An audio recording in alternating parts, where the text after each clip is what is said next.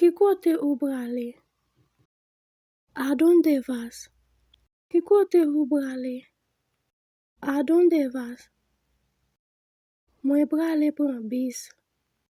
Tomare el autobus. Mwen brale pran bis. Tomare el autobus. Mwen brale nan market. Boy al supermercado. Mwen brale nan market.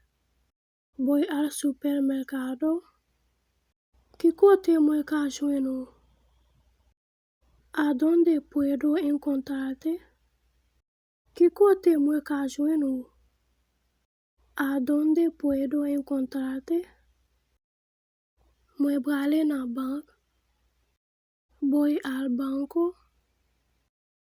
Mwen brale nan bank. Boy al banco.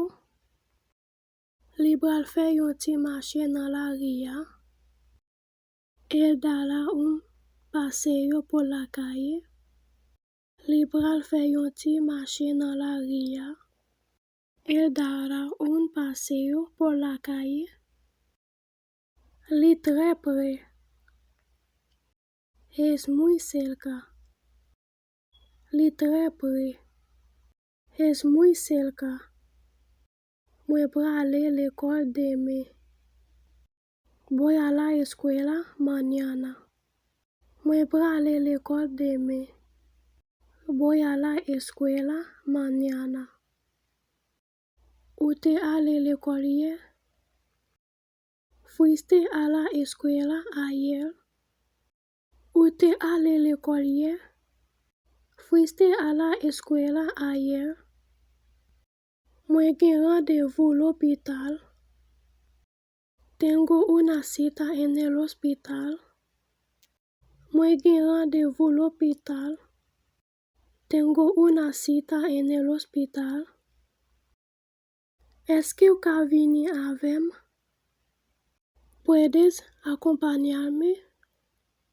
Eske ou ka vini avem?